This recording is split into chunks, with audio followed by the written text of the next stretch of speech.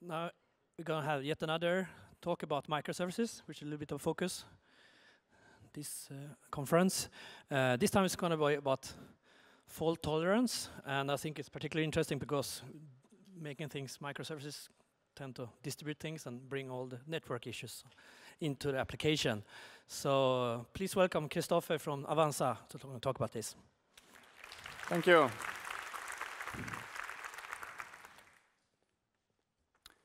In 1666, a small fire started in a bakery in eastern London. At the time, houses were built of wood and were put really close together, so the fire spread quickly. The Lord Mayor was called on to decide whether to demolish buildings or not to isolate the fire. Nah, he said, the fire seems quite small, let's not do that. After that decision, I bet he had a pretty rough week. The fire spread extremely quickly. It raged for several days, and when it finally was extinguished, it had destroyed the homes of 70,000 of London's 80,000 inhabitants. Wow. This is a planarian. It's a kind of flatworm. It's an amazing creature. If you cut it in half, it will continue to live on. It will actually regenerate its lost half. You can actually cut it in tiny pieces, and it will regenerate. That is some amazing resilience. Today, I will show you how to build your microservices less like London in 1666 and more like a planarian. I will do this by discussing why we need to build fault-tolerant services. I will describe some typical failure modes in a microservices system, and I will talk about 3 stability patterns to mitigate the effects of these failure modes. I will also provide some monitoring guidelines for a microservices system to detect failures. My name is Kristoffer Erlandsson. I work as a developer at Avanza. So Avanza is a bank that provides online services for managing your savings and investments. So a quick poll, how many Avanza customers do we have here? Yeah, that's quite a lot, maybe half, maybe a bit more. Great. At Avanza, we run a microservices platform that's quite scalable. It contains 250 services, a bit more. These services run in 1,000 plus instances. And this platform allows us to be the largest actor on the Stockholm Stock Exchange, both in terms of number of deals made and in terms of total turnover. Today, I will tell you a story about when I was working at Acme Books. This story is made up. It's entirely fiction. Acme Books experiences are quite similar to the ones we have had at Avanza, but makes for more colorful examples and a domain that is easier to understand. So Acme Books is an online bookstore that sells antique books. At Acme, we started small with a web application connected to a database. Standard setup. Worked great when we had a few users. But the user base kept growing, we got more and more customers, and occasionally we ran into some performance problems in the web application.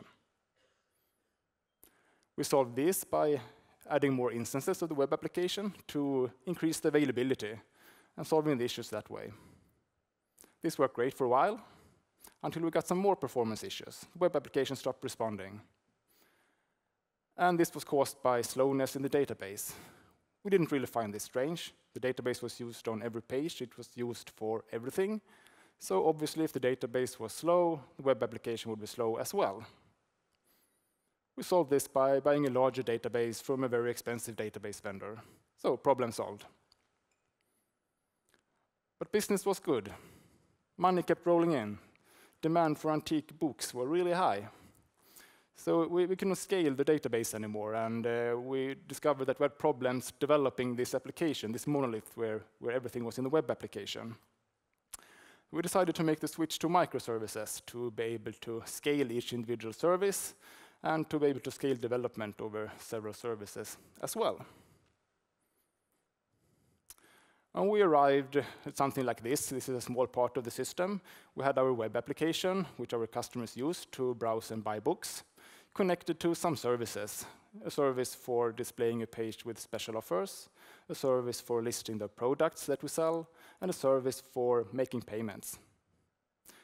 These services ran on separate machines, made over-the-wire calls between them, and each service had its own storage to allow it to scale storage separately.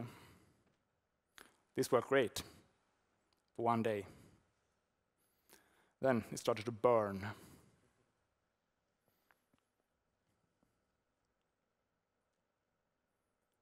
The web application was not responding. Customers were complaining. They couldn't buy any books. We restarted the web application. It helped for maybe a minute, but then it became non-responsive again. Okay, started investigating. What's happening? Well, the web application looks healthy enough, but we noticed that the special offer service had stopped responding as well. Okay, that's no big deal. The special offers are on a separate page. They're just nice to have functionality. But if the special offer service is not responding, shouldn't it cause a web app outage? Okay, we continue digging. The special offer service is calling a third service, a purchase history service, to show special offers tuned to the customer's purchase history. And this service has stopped responding as well. We had encountered a cascading failure where the failure in this purchase history service had cascaded back to the web application. A failure in one part of the system had affected other parts, more critical parts of our system. So if we compare this to the database case, where the database failure affected the web application, this is so much worse. We have a purchase history service that is non-critical. It's used on one page, and it's just nice to have functionality. But the failure of that service prevents our web application that all users use from working at all. Obviously, we want to prevent these kind of failures in the future. We start discussing, what can we do? How about increasing the availability of our services? Let's add some more redundancy, do more testing, do additional code reviews. We estimated that we could get probably every service instance up to an availability of 5 nines. Well, this would equal to about 5 minutes downtime per year per service. That sounds great. Let's do that, right? Well, we had one smart developer who said, hold on a bit. We are talking about microservices here. We're bound to have a lot of instances of our services. Think about the future. What if we have 1,000 instances? If we allow failures to cascade freely when we have this amount of services, then the combined availability will be 5 nines to the power of 1,000. And this equals roughly 2 nines availability, or 87 hours downtime per year. Now, this is quite significant. So we realized that we have to expect failure when we have a lot of services. There are a lot of moving parts. Some of them will fail, despite our best efforts. We have to design for failure, or our system will burn down repeatedly, like London did in 1666. So we realized this and start investigating the failure mode. What happened when the purchase history service stopped responding and affected all the rest of the system? We started to look at the web application, because that is the component we want to save. We run a standard web container for the web application. It contains a thread pool with a fixed number of threads. The blue boxes on this image illustrate the threads.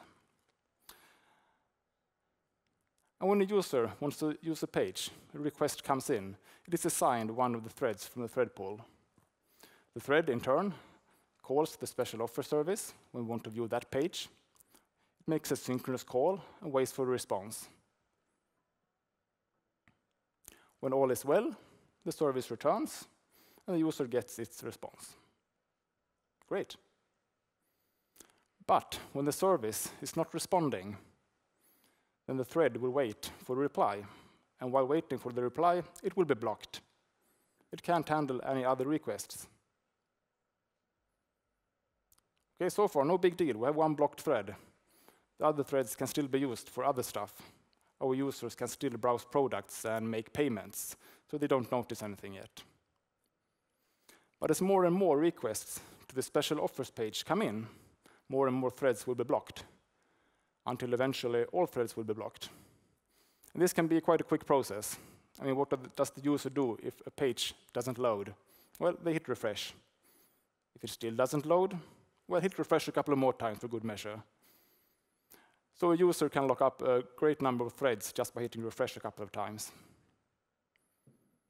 And when all the threads are blocked, when additional threads come in, they are enqueued.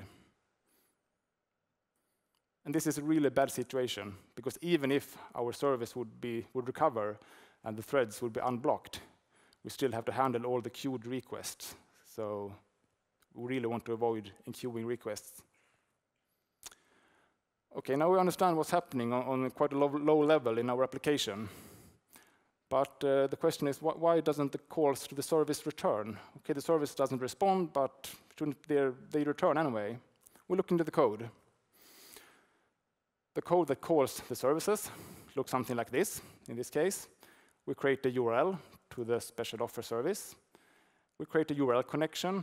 We open that connection, connect it, get an input stream, and read the response from that stream.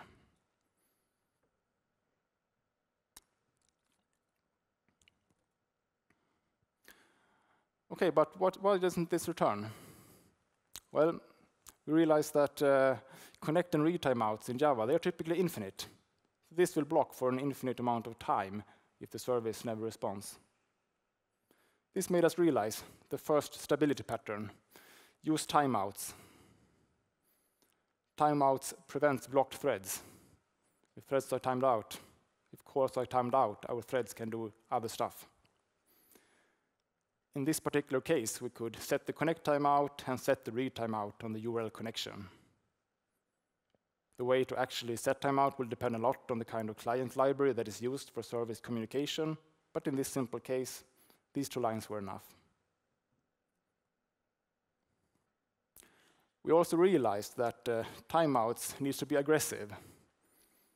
For one, the user experience is better if you just wait for like a half a second before getting an error, compared to waiting 5 seconds before getting an error.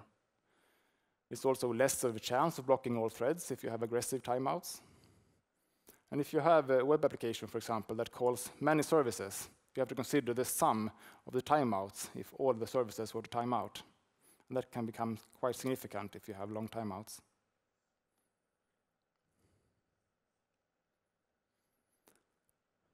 Shouldn't we have timeouts here as well between the special offer service and the purchase history service? After all, the purchase history service was the one that started to act up in the first place. Well, yes, absolutely. Here too, between all the service interactions, there should be timeouts. In fact, the special offer service is just another web container, and the same discussion and failure mode can apply to that as we just discussed. The only difference is that instead of users, there are service calls coming in. Okay, great. We introduced timeout at Acme Books, timeout for all the service calls. Things worked great for a couple of months. We had some services that became slow and didn't respond, but the timeouts saved the rest of the system. But one day, we had a fire again. Customers complaining, couldn't buy books. We had terrible response times in our web application. We had awful throughput. Okay, what's happened now? I thought we solved these kind of errors where the web application would be slow. Let's investigate what's happening. Well, it's the special offer service that is acting up again. But calls are timing out, so that seems okay. Our timeouts are working. But we noticed that the service is called a lot more often than it usually is. There are a lot of timeouts. In fact, there are so many timeouts that it seems that our threads spend most of the time waiting for these timeouts. They don't do much other work at all. And this causes our throughput to go down the drain. We get a throughput that is lower than the number of incoming requests. So say that we have a throughput that we can handle 30 requests per second, and we have 40 requests per second incoming to the web application. We can't keep up with the load, and this will cause requests to be enqueued. And since we can't keep up with the load, the queue will keep growing. And this is bad, because if the service recovers, we have a really large queue to handle, a really large backlog of requests. So what has happened? Why is everyone suddenly so interested in the special offers page? Why are there so many calls made to it? Well, it turns out that someone had made a change to display the special offers on every page in the header. Buy these books. Seems like a quite insignificant change when you make it, but can have quite scary effects. So this made us realize that if you have a frequently called service, then timeouts are not enough. We need something else, because having each thread waiting for a timeout will cause the throughput to be too bad. This led us to the second stability pattern, circuit breakers. For non-developers, a circuit breaker is an electric switch which protects an electric circuit from overload. It detects this overload and breaks the current. Similarly, in software development, a circuit breaker prevents calls to a broken service. And instead of letting a call through, the call is failed fast if the service is judged to be broken. This is great because we don't have to wait for timeouts, and it also offloads the service. We don't let calls through if we think it's broken or overloaded or something. So this is what a circuit breaker looks like in real life. Pretty cool. I tried to make my code look this awesome, but still I failed. So let's see how it works in more detail. Let's assume we have the web application. It calls our special offer service. The special offer service replies with a response, and all is well. But when the service is low, instead of a response, we get a timeout.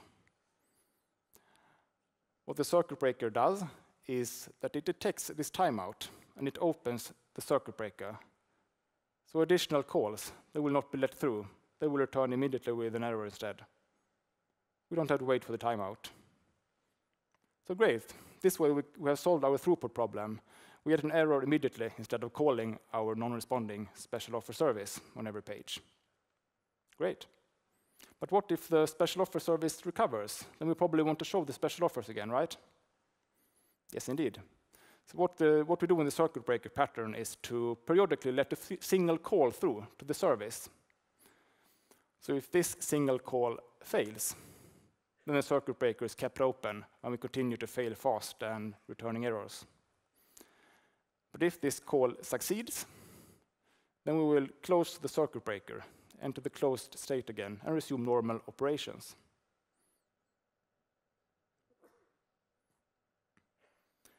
There are a couple of options when you can choose to open your circuit breaker. It might be a bit premature to open it if you get one timeout, because there will be some jitters, and you will get some timeouts due to garbage collections or network hiccups. So what we usually do is to open the circuit breaker when there are timeouts over a certain threshold. Let's say that if 40% or more of the requests time out, then open the circuit breaker.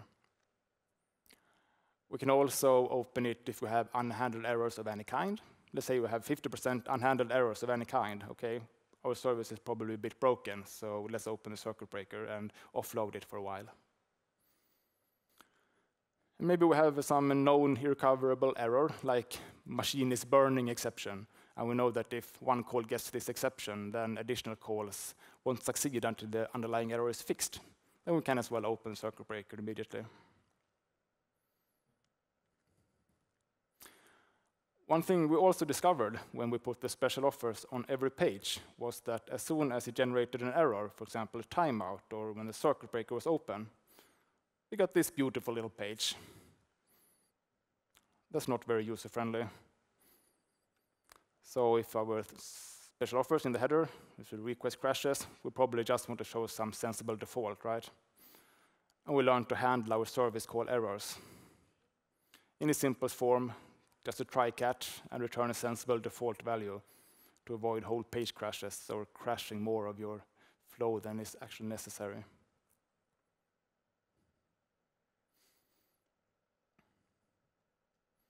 Okay, we introduced timeouts and circuit breakers. Things were calm for quite a while. We got some more problems, also in frequently called services, but the circuit breakers saved us. Until one day, things started to burn again. Don't we ever learn? This time, the symptoms were terrible response times in the web application, awful throughput in the web application, Sounds familiar? Yeah, basically the same symptoms as last time before we introduced the circuit breakers. Start to investigate what's happened. Well, it's a special offer service. It's slow again. Yeah, of course, we tell the developers to fix their issues as well, but we also learn that, okay, we need to handle the systematic problems with the services affecting our downstream services. So we need to look at why is the web application behaving strangely when special offers is slow. Well, in this case, we had a slow response from the service, but we didn't have a timeout. But we still had slow responses, and the threads were spending most of the time waiting for a response. And this made our throughput be really bad, and we had throughput lower the number of incoming requests again. So this made us realize as well that if we have slow response times, but they are less than the timeouts that we have set, then we need more protection. Timeouts and circuit breakers are not enough. This led us to the third stability pattern, bulkheads. For non-developers, a bulkhead is a watertight compartment on a ship. The intention is that if the hull is breached, only one of the bulkheads on the ship should be flooded, and the ship would continue to float. Similarly, in software systems, bulkheads is a pattern to isolate components from each other, to prevent faults in one component to affect others, to prevent cascading failures. An example of a bulkhead would be to limit the memory usage, the allowed memory usage of a process on a server.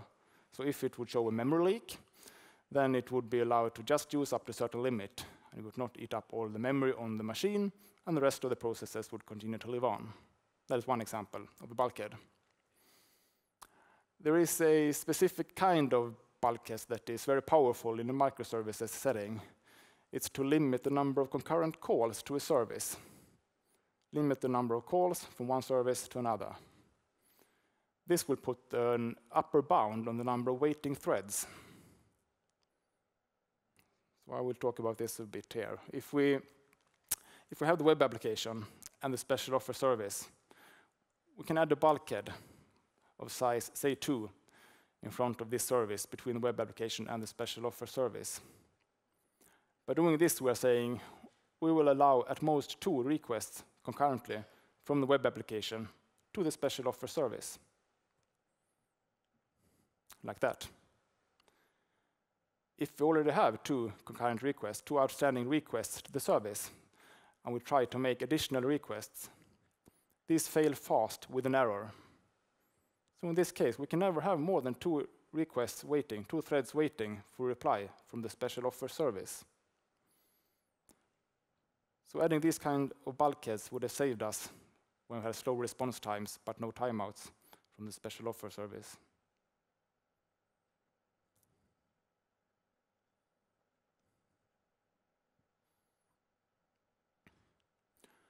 This will be experienced in a couple of different ways for the user. The users that are assigned to the threads that are let through the bulkhead, they will get a slow page load because we will wait for the special offers, but their page will include these offers. The other threads that are rejected by the bulkhead, they will get a fast page load, but they won't see the special offers because, yeah, we get an error and we return the default value.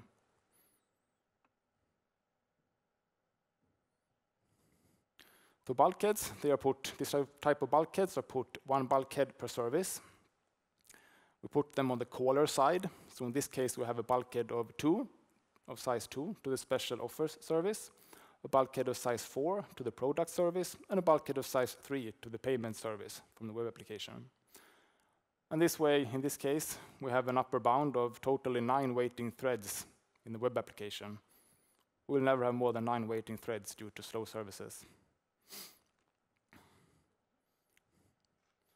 And this offers great protection against cascading failures. Our services can behave basically however they want, and we are quite well protected. But only if our bulkhead sizes are significantly smaller than the request pool size. If we have a bulkhead when calling a service that is of size 40 and we only have 50 request threads in our application, then we can still block up most of the threads and get bad performance. So we need to size our bulkheads small. We can reason about bulkhead sizes by looking at the peak load when our system is healthy. So let's assume we have 40 requests per second to a service, and these requests are handled at 0.1 second. So this would be a peak load when calling a service. When we have this scenario, a suitable bulkhead size would be to multiply these. Multiply the 40 requests per second with the response time of 0.1 seconds. And would lead us to a bulkhead size of 4. So that would work if we had a constant load. But there will probably be some variation in loads, there will be some jitters, so we'll probably need to add some breathing room to this as well. Okay, let's add an additional 3. So that's basically how we thought when sizing our bulkheads. An additional benefit by using this type of bulkheads is that it protects services from overload. If we have a runaway client that tries to call a service extremely frequently, extremely concurrently, it won't be allowed to do that because we have our bulkhead to limit and rate the number of concurrent calls.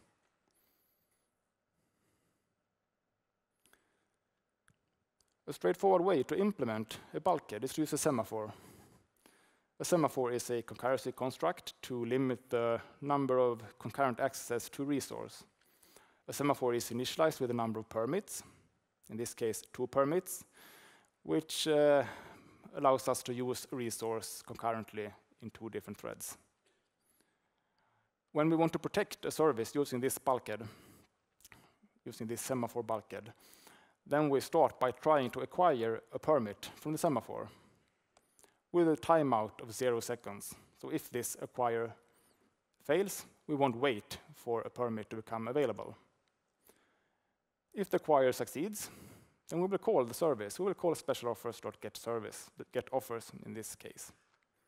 And we will finally release our permit from the bulkhead. If the try acquire call fails, it means there are already 2 threads executing the code in orange. And we will throw a new exception, a rejected by bulkhead exception. We are not allowed to call this service because there were already 2 concurrent callers.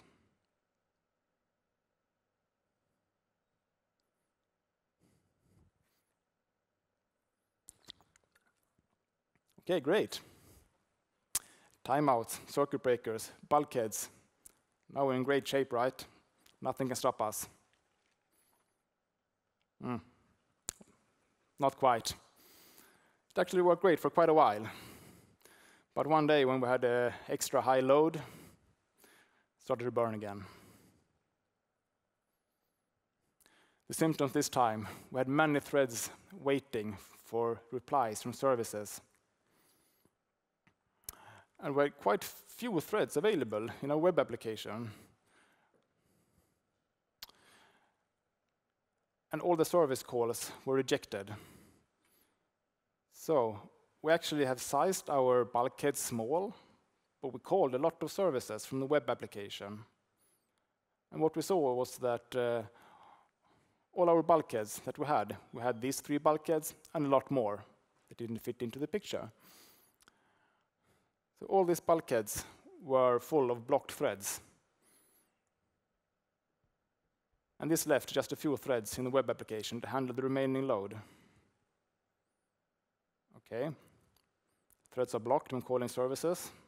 Shouldn't we have something to protect against that, right? Like timeouts, which we introduced early on. But where have they gone? Why are we waiting here? Why are we blocked waiting for service calls? Well, it turns out that we had upgraded our client libraries that we use to call our services. This upgrade had changed the way the library was configured. So the timeout settings that we had made stopped working. We had no timeouts anymore. So if I have a broken client library, more protection is required. And we discovered in the future that this is not too uncommon. I mean, client libraries, they are black box. They can make all kinds of nasty things. They can add extra calls. They can make retries upon failure, or they can simply have a bug to deadlock the thread. What we turned to then was thread pool handovers. When calling a service, we hand over the call to a separate thread pool. The thread pool, in turn, calls the service, and our original request thread waits for the reply. And when the thread pool returns with a reply, we get the reply and the caller thread. And this way, we can always walk away. Our request thread, our calling threads can always walk away from the service calls. So this is a kind of generic way to set timeouts. It's not a stability pattern per se, it's just more of a generic way to always ensure that you can time out your service calls from the request thread perspective. So let's look in detail how a thread pool handover works. We have a web application with our request thread pool. We add another thread pool. We call it the service thread pool. This thread pool will be responsible for calling the service. When we want to make a service call, the request thread pool handovers the call to the service thread pool. The thread makes the call, returns with the reply from the service, and the request thread that is waiting gets the reply. So hand over the call to a pool, wait for a reply, and then return. If the service wouldn't respond, for example, when the client library would be broken, then we will get a timeout when waiting for the reply, when we have handed over the request to the service thread pool. And we will return with an error. So the thread will still be blocked in the service thread pool, but the request thread will be free again to do other stuff. We will never block up all these threads. So we still need to have timeouts there. Okay, we managed to save the request threads this time, but if we don't have timeouts when calling the service, our service thread pool will be full of blocked threads, and all the calls will be rejected.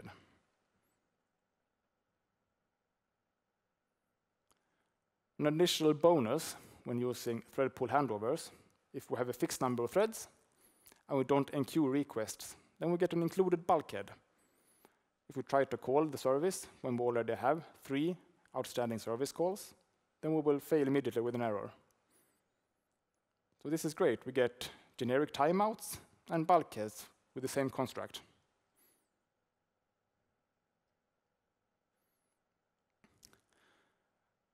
A straightforward way to implement thread pool handovers is to use a standard Java thread pool executor. Here we initialize it with 3 threads. The first 2 threes are the number of threads. And we use a synchronous queue. Now this is important because if you don't specify the queue to use for requests, we'll use an unbounded queue. A synchronous queue will prevent requests from being enqueued, and we will instead reject executions when all the threads are used. And when we want to protect our getOffers call using this thread pool handover, we submit the call to the executor. We will get a future in the return.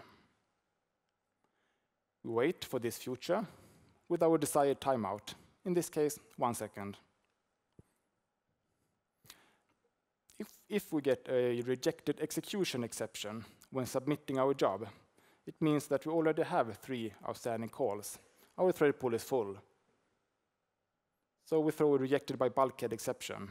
So we say, okay, this is our bulkhead thread pool. It rejected the call.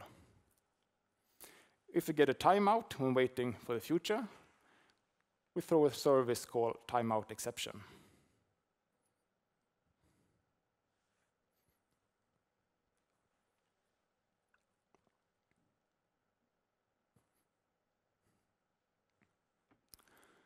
So thread pool handovers are very powerful. We get both generic timeouts and bulkheads in the same construct. But we were a bit worried. What about performance? Should we hand over our service calls to a separate thread pool each time?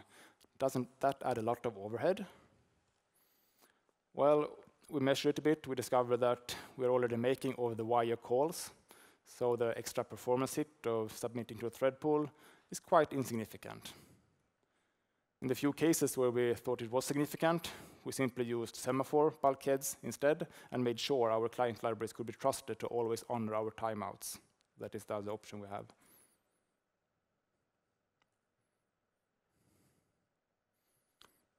Excellent. Now we have thread pool handovers as well. And we have a lot of services. Our system has grown over time. It has become a complex beast. And there is also a lot of knobs to turn. We have timeouts, bulkhead sizes, thread pool sizes, a lot of configuration. We probably need to throw in some monitoring here to be able to get a better understanding of our system. But what should we monitor? Yeah, of course, the obvious stuff, heap sizes, CPU utilization, all that, no-brainer. But what is specific for a microservices architecture? What can we do there? Well, we discovered that a great place to introduce monitoring is to monitor the service calls. We have a lot of services. To get a good understanding of them, we can monitor how they are called. These are our integration points. These are the places we're integrating the system with itself. It's also a good place to detect configuration problems. Okay, we protect all our service calls with these stability patterns, so we need to monitor that we have configured these patterns correctly. A crucial thing to measure is the timeout rate, the rate at which calls to service are timing out. That's a good problem detector, and it is also a good place to validate configuration. Have we configured our timeouts properly? The rejected call rate, the rate at which our calls are rejected by our bulkheads, is also a great problem detector, because if we have an overloaded service, it becomes slow, or we have a network problem, we'll quickly get rejected calls. The short circuit rate, the rate at which our calls are being failed by our circuit breaker. This is mainly to ensure that we have configured the circuit breaker open criteria properly. We also measure total failure success rate to get a good understanding of the load on a service and how often it fails. And also the response time of our services. What are the response times when calling the service? We actually learned that response time and rates, they're good when drilling down and understanding a problem, but by far the best problem indicators is to look at the timeout rates and the rejected call rates, because as soon as there will be some problems, they will manifest themselves there. Response times are harder to get an understanding of what slow response times actually mean.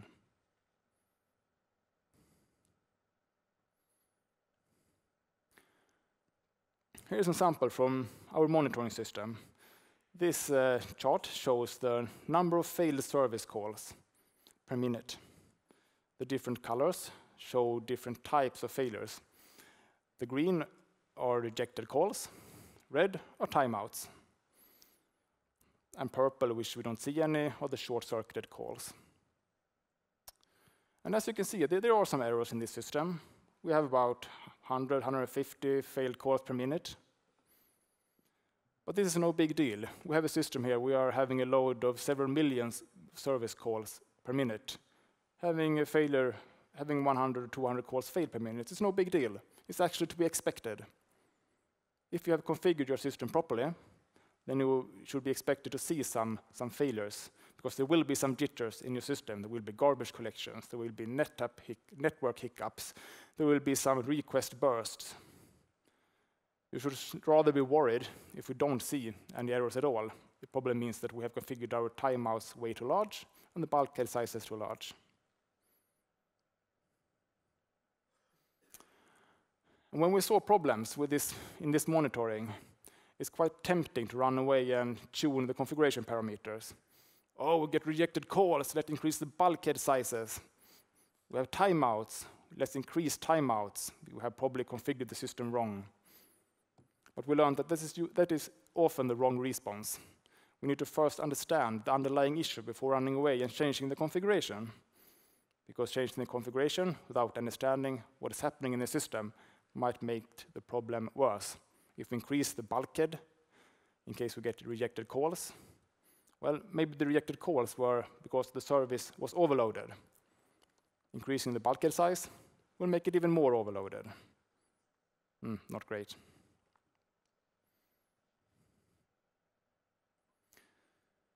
Okay, excellent. We have monitoring as well. So we have some service call monitoring to detect problems. We have our bulkheads, thread pool handovers, timeouts, circuit breakers. The system is actually quite stable. It works great for quite long. We're happy, yay! Finally, we have a stable system. We run into some problems. some hiccups, but we don't have this cascading behavior. The services that fail, they fail on their own. The failures are not propagated to the rest of the system. We have reached Planarian stage. We can almost regenerate the system when we lose half of it, but not quite. So some of you might say that, oh, all this, it seems like a lot of work. Do we really have to do all this? Well, yeah, if you have to implement all this by yourself, it might be a lot of work. Fortunately, there are some third-party libraries to help you. The developers over at Netflix has made some awesome stuff. For example, this fault-tolerant library, Hystrix. Hystrix implements these patterns. It implements circuit breakers, thread pool handovers, bulkheads. It's actually quite great. You should check it out. I will show you a short example of how to use Hystrix to protect your service calls. Here I want to protect my getOffers call from the special offer service. What we do is to implement a class that extends the Hystrix command. We implement a getOffers command. We initialize it with a command group key. This is a Hystrix concept to group together similar commands. By default, commands with the same key will use the same thread pool. I override the run method to make my actual service call. Here we do the special offers.getOffers, the actual work. And when I want to call the service protected by Hystrix, we create a new instance of the getOffers command and call execute on that instance. By doing this, we'll protect the command with a thread pool handover, which also acts as a bulkhead. We will get a circuit breaker there. And Hystrix will also help us with some monitoring. They will record this call, and we can get some metrics out of it later on if we want to. Additionally, Hystrix helps us with handling our service call errors. We can override the get fallback method from the command, Hystrix command, and provide us with a default in case the service call fails. So this get fallback method will be called in case the run method throws an exception.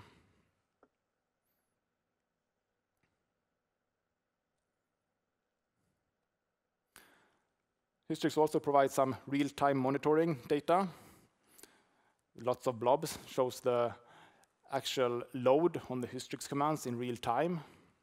Can zoom in on one to see some details. Lots of numbers here, but just to get an idea of what Hystrix can help you with. We see the number of calls per second, the number of failed calls, the number of successful calls, the response times. So we get some great real-time monitoring capabilities from Hystrix as well.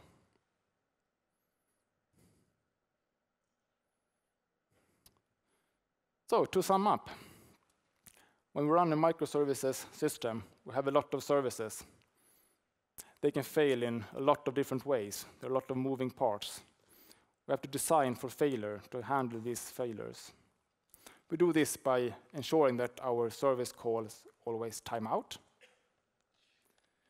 We do it by implementing circuit breakers to fail fast and offload broken services. We use bulkheads, specifically the kind to limit the number of concurrent calls to services to prevent cascading issues. And we monitor our service calls to detect problems and to verify that we have proper configuration. If you want to learn more about these concepts, I recommend you to check out the great book, Release It, by Michael T. Nygaard.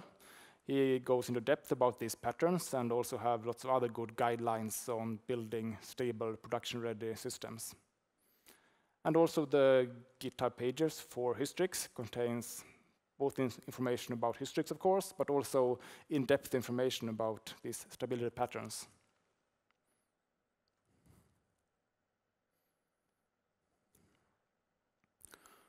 Attributions for all the nice images I have used. Thank you, artists. Thank you for listening.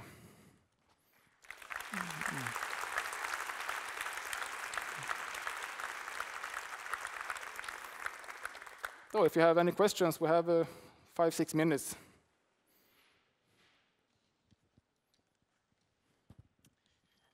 You had some examples there with, for example, how to calculate the size of a bulkhead. How are those numbers affected if you have multiple clients and multiple servers? So the question is, we had an example of calculating bulkhead sizes. So how are these affected if you have multiple like service instances or servers? Yes. Yeah. And That's a good question.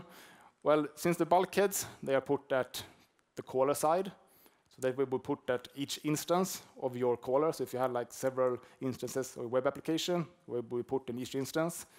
So you have to calculate that, okay, how many calls do we have from this instance to that exact service instance? So you have to like see the point-to-point correlation there.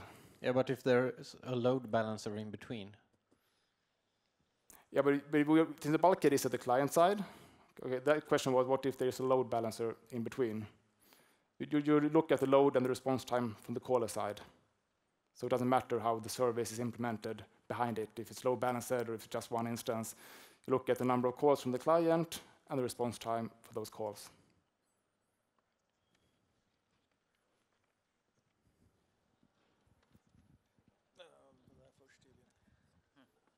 Okay, I think I have a sort of related question to the multiple clients. In your example, which was great, there was mostly the web app that called many different services, but you may have an environment where your backend services, if you will, have many clients, many different clients.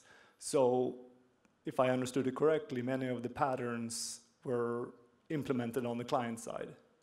Do you have any experience with solving that? So the question is, okay, the patterns here on the client side, but what if we have like a service that is called by many different clients? So do you mean like how the bulkheads, how they would relate to that? I mean, I'd rather not implement the protection several times, right? And maybe I have a diverse environment with different kinds of services, maybe even written in different languages. Would I need to implement the protection several times? Well, so do I have to implement the protection several times? I might have services implemented in different languages and such. Well, yes, you will have to implement it several times. You need to protect all your services. Yeah, I don't know. Can you elaborate a bit, maybe? No, I'm just thinking if you had a brilliant idea so that I didn't have to do that. No, I don't have a brilliant idea, unfortunately, for avoiding that, no. Okay, I mean, one way would be to like, okay, maybe you can implement something on the server side to limit the number of calls there, but that becomes hard because I mean, your services shouldn't really be aware of your clients, how they are calling you, so you probably need to put it on the client side for all of your services. Okay, thanks. So to throw another curveball in there, what if you have auto-scaling services calling other services? Is that something, can you dynamically adjust the threshold of your bulkheads and your timeouts? So could you repeat the beginning of your question? If you have anything that auto-scales, like dynamically, like you get an unexpected amount of an unexpected load, and for instance your front ends scale up, and they're all configured the same, then obviously if you got twice the number of front ends calling, you'd probably want to halve the numbers on the bulkheads. Would that be possible? Do you know if that's even possible? Okay, so the question here is, what if we have auto-scaling? Like, for example, if we have a web application that scales up to the double number of instances, then what should we do? Can we somehow automatically configure our bulkheads because we probably want less bulkheads? Well, I think it's most important to realize that the goal of the bulkheads are to protect the client. So the bulkheads should be configured to protect your client despite what's happening on the service side. So even if you scale out the web application layer, don't think you should have to be worried about having that the combined bulkhead sizes of those would be too large. I'm assuming you're worried about that we allow too many requests to the service side that might bring that down. Is that correct? Yeah, basically any kind of auto-scaling, the back-end services, the front-end services, I mean, how that would affect the configuration of the bulkheads and other protections. I don't really think it should affect it, really, because the main goal of the bulkheads are to protect the client. So if you scale it out, they should remain the same. Okay, possible, because, yeah, sure, maybe you are distributing the load over more instances, you should decrease the bulkheads because of that. But still, I don't know, we should probably discuss it outside. I don't have a good answer for you there. Okay, I think that was all right. One more quick question then.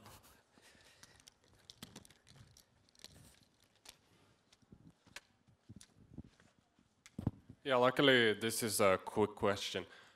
How deep do you fan out? I mean, how many steps do you call at most to other services? So the question is, how do we fan out? How many steps do we call to other services? Do you mean specifically at Avanza? Yeah, what's the max?